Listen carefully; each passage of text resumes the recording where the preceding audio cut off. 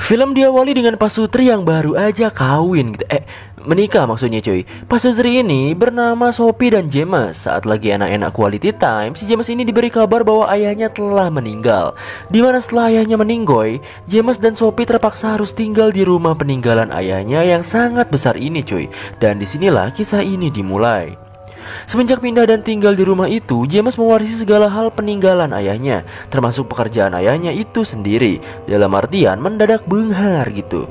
Di sisi lain, istrinya ini gak biasa sama lingkungannya yang mewah, karena emang si Sophie ini sok mandiri gitulah, yang biasanya cuman berdua di rumah sama suaminya. Di sini Sophie kayak gak mau ada pelayan yang membantu gitu.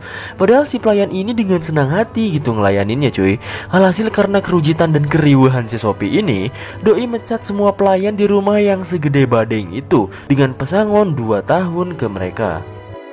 Si James yang tahu hal ini langsung herman gitu sama istrinya. Padahal udah enak-enak apalagi gitu kan dibantuin. Ini malah kariwe-riwe gitu cincek aing. Tinggal rebahan aja gitu di kasur tiktokan gitu kan. Makanya si suaminya ini herman banget sama si Sophie ini. Karena rumah segede Gelora Bung Karno itu gak akan bisa diberesin cuman sendirian doang gitu. Tapi karena si James ini bucin ya udah deh ngalah kan akhirnya. Singkat cerita, saat James sibuk nguli di kantornya, Sophie mendadak nelpon buat minta tolong buat nyalain mesinnya.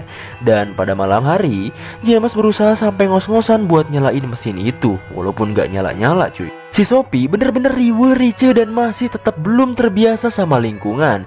Mulai ngeluh sama si James juga. Padahal dia sendiri gitu yang mutusin buat mecat semua pelayannya cuy. Pada akhirnya James pergi ke sebuah perusahaan pembuat robot modern. Robot-robot ini bener-bener mirip 100% tanpa panu dan borok seperti manusia. Robot-robot ini nanti bakalan direntalin buat membantu pekerjaan rumah. Beres-beres, mijitin, ngerjain PR. Pokoknya disetting untuk bantuin majikannya lah. James awalnya mau nyewa salah satu robot yang cewek. Tapi lagi-lagi keriuhan si Sophie ini keluar yang katanya doi bisa-bisa cemburu karena robot ini terlalu cantik, sempurna dan lebih bahenol dari dirinya. Emang tipikal cewek ribuh tapi sendirinya gak mau diribuhin tuh. Ini nih Sophie gitu anjing. Akhirnya mereka pun ditawarin robot pria bernama Henry untuk dijadikan babu di rumahnya. Pada awalnya si robot Henry ini seperti biasa melayani mereka, kayak nyiapin sarapan, beres-beres, motongin rumput buat dikasih ke Bagong gitu kan. Pokoknya drill babu robot gitu. Lalu ada momen dimana Henry kesengaja ngelihat Sophie pakai baju, dan doi akhirnya disuruh keluar sama si Sophie. Sophie si rewuh ini lagi-lagi ngeluh dan bebacrek sama suaminya kalau dia mulai gak nyaman sama Henry. Sedangkan si James gak bisa lakuin banyak hal karena benar-benar sibuk sama perkuliannya gitu. Hal ini membuat hubungan suami istri mereka agak merenggang. Dan saat hubungan suami istri mereka sedang gak baik, si rewuh ini yang kesepian mulai banyak berinteraksi dan banyak menghabiskan waktu dengan robotnya itu. Di sini Sophie nyuruh Henry buat ngebaca buku tentang perasaan, emosi yang dirasakan manusia, yang dimana hal ini sebenarnya gak boleh dilakukan kepada si robot itu, karena takutnya si robot malah menjelma menjadi manusia gitu kan, dan beradaptasi bahwa ia adalah manusia juga. Saat malam hari, si Sophie ngelihat Henry yang lagi tidur di luar dan tidak menggunakan sehelai benang pun. Henry bilang kalau dirinya bermimpi menjadi manusia. Aneh kan? Masa robot bisa mimpi gitu? Anjir. Lu kira Toy Story anjing, Buzz Lightyear nih. Keesokannya, James dan Sophie merasa agak aneh dan ada yang berbeda pada robot babu miliknya. Akhirnya mereka konsultasi ke pemilik perusahaannya bernama si Julie ini. Julie bilang kalau James dan Sophie terlalu memperlakukan Henry seperti manusia. Setelah balik ke rumah, James marah-marah sama Sophie karena doi malah terlalu deket sama Henry, terlalu banyak menghabiskan waktu bersama Henry, dan lebih parahnya disuruh membaca buku yang kemarin ia kasih gitu kan. Gak salah dong di sini si James marah kan. Setelah balik nguli, James nemuin sebuah surat yang dibuat oleh Sophie untuk dirinya. Dan surat ini sudah lama dibuat oleh Sophie sejak awal-awal ia mengawini istrinya itu. Isi dari surat itu adalah isi hati Sophie yang rindu digenjrit sama James. Si James yang peka kalau soal perolahragaan enak, langsung siap-siap buat ngajak istrinya ini cuy. Tapi lagi-lagi Sophie si rewel dan gak balik ini nolak karena babacreknya sih bad mood gitu kan. Memang istri laknat ini anjir. Besoknya, James sedang pusing oleh pekerjaannya. Di sisi lain, Sophie lagi nyantui bersama Henry. Mereka sedang membicarakan soal Henry yang mulai bisa merasakan isi hati majikannya. Disinilah Sophie mulai suka sama Henry. Dan ia juga sempat bermimpi lagi ono-onoan sama si robot Henry itu. Ketika James pergi kerja, Sophie sengaja sok-sokan mengerang agar didengar oleh Henry. Dan benar saja, Henry tahu hal itu cuy. Setelah itu, Sophie meminta Henry untuk menemaninya berenang. Ternyata si James dari tadi merhatiin mereka dan merasa sakit hati dan cemburu gitu. Iya, akhirnya konsultasi lagi ke si Julie. Julie bilang kalau misalnya Sophie beneran suka sama Henry, kemungkinan besar Henry bakalan suka juga sama Sophie. James akhirnya memutuskan untuk meminta Henry agar tidak berinteraksi lagi dengan Sophie. Tapi karena doi adalah robot, Henry pun malah bilang ke si Sophie soal hal itu dan mengakibatkan hubungan Sophie dan James ribut lagi. Dan di sini Sophie mulai meninggalkan rumah.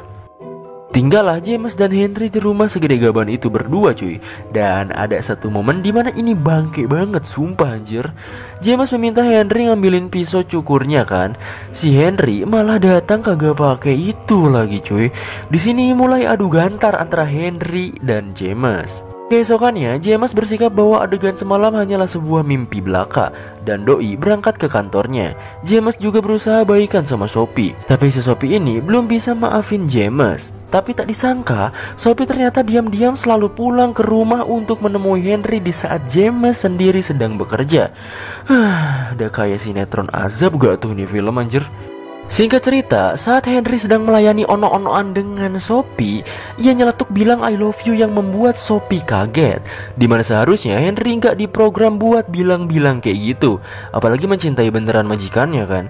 Dan disinilah Sophie mulai tahu bahwa Henry sudah melewati batas. Ketika James balik bekerja, Sophie langsung bilang kepada James kalau Henry menciumnya.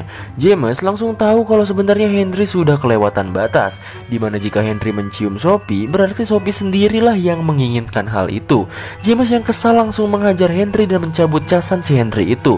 Besoknya, James dan Sophie menunggu Julie datang buat konsultasi lagi. Tapi karena ngaret, James langsung pergi buat kerja. Henry tiba-tiba datang dengan muka memarnya dan menjelaskan bahwa dirinya adalah robot yang disetting untuk melayani mengayomi anjay, mengayomi anjir, dan membahagiakan majikannya yaitu Sophie dan James. Ia juga bilang kalau kemarin dah pernah adu gantar sama si James. Si Julie dengan kerennya datang walaupun ngaret. Sophie langsung pergi menemui James ke kantornya. Di sini kita menemui kejanggalan di mana Henry memiliki luka memar di wajahnya, yang seharusnya robot itu tidak akan memiliki memar seperti manusia.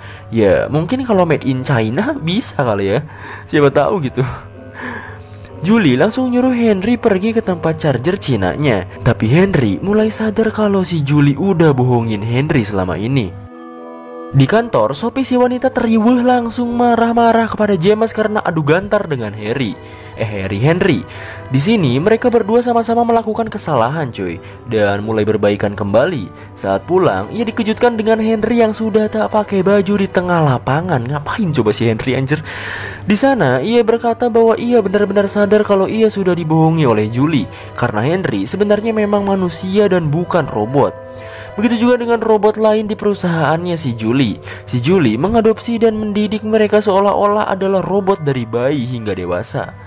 FBI akhirnya menutup perusahaan si Julie ini dan mengevakuasi para robot-robot di sana yang sebenarnya manusia. Mereka harus diberi bimbingan lagi karena otak mereka sudah dicuci sunlight oleh si Julie. Ketika James dan Sophie dan dua FBI mencari Henry, dua FBI itu ditembak mati oleh Julie. Julie bilang bahwa James dan Sophie telah membuat bisnis dan perusahaannya Julie telah hancur. Ia juga menceritakan masa lalu Henry, yang katanya Henry adalah orok yang dibuang dengan keadaan penuh luka. Ia akhirnya mengadopsi Henry dan mencuci otaknya seperti robot. Saat Julie hendak menembak James dan Sophie, Henry pun datang bak pahlawan dan membunuh Julie. Ya iya sih Julian namanya cuy. Henry akhirnya menusuk perutnya untuk membuktikan bahwa ia adalah the real manusia, bukan robotik. Ia juga meminta maaf karena telah menghancurkan rumah tangga mereka. Mereka pun menangis dan belajar banyak hal dari Henry untuk menyayangi satu sama lain. Dan mereka tentu saja menyayangi Henry. Dan Henry pun meninggoy. Singkat cerita, 5 tahun kemudian James dan Sophie dikaruniai anak. Mereka menamai anaknya itu Henry.